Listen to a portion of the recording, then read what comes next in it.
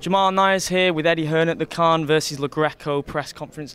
Now, is that the most eventful press conference you've been a part of? We've had Batman, Superman, a near brawl. Possibly. I did get a table thrown at me by Derek Chisora last year, so it might have been that. But that was I didn't expect it. You know, it was all quite sort of well mannered and a bit of banter, and then Phil Greco just went way OTT. Really, he went personal, and you know you can't say things like that and not expect any repercussions. So Amir probably shouldn't have done that as well, but I understand, and it just makes the event even more spicy on the 21st. Makes Amir go into camp with that bit between his teeth.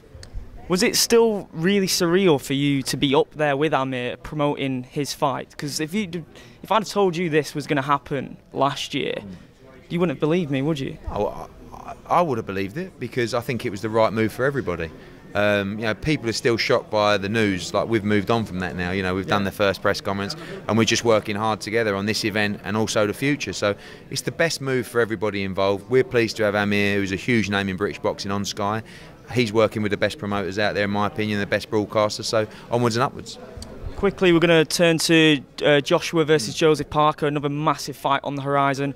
You've had your doubts about whether Joseph Parker could step up to the plate given a big fight like this. Do you think this is the type of fight, given the magnitude of it, that he really could show what he's worth? Yeah, I think it's a wonderful fight. You know, I think it's a fight between two young, undefeated, fast heavyweight world champions.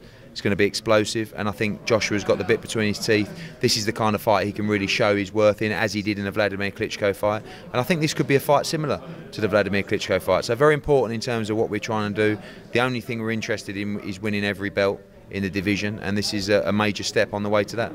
I don't want to get too far ahead, but the constant talk of Deontay Wilder, I've seen on Twitter that there was a rumour going around that he could potentially be in Cardiff. Yeah, he's going to be in Cardiff that night. Yeah, if he wins. So are you trying to plant the seed for that fight? No, we don't need to plant the seed for that fight. It's the biggest fight in world boxing.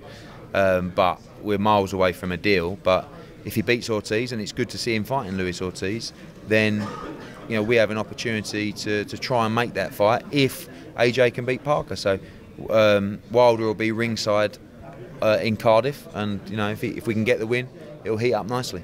Am I right in believing as well, in the build-up to this fight, you've filmed Gloves Are Off with David Higgins? Yes, that's true. Yeah, it was okay. It was all right. It was a little bit damp because I wanted Higgins to go for it. So, well, because it seemed like last time he was giving it a go, and then you kind of I wanted him to say all the things that he'd said on the internet.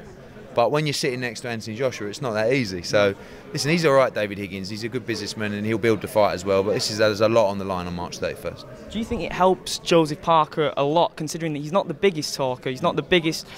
He's a great fighter, but he can't really sell his fights outside of the ring. Do you think having a promoter like that really helps him? Yeah, maybe it can unsettle him. It depends on their relationship. But you know, AJ's not the biggest talker in the world. And luckily, he has a promoter that is. So, you know, ultimately, this doesn't really need a lot of building. It's two heavyweight world champions facing off against each other for the unified title. So, roll on March 31st. You also have Lucas Brown and Dillian Whyte coming up. The winner of that, if it is Dillian Whyte, how close is he to being at the elite at heavyweight? Well, he's #1, and I think outside of the World Championship fights, that's the best fight to be made in heavyweight boxing at the moment. Very important fight, very tough fight, and I think if Dillian can come through that fight, we should see him challenge for the world title.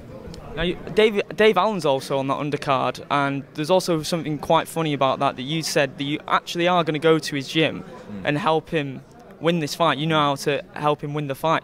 What is it about Dave Allen that you're so passionate about? Well, he's on the Kell Brook undercard. But I just like Dave Allen. I like what he's about. I think he made a terrible mistake last time around that he'll regret for the rest of his life if he doesn't get another chance. So we want him to get that chance. And I don't think it's rocket science how to beat Lemroy Thomas, but we just want to make sure that he gets a win this time.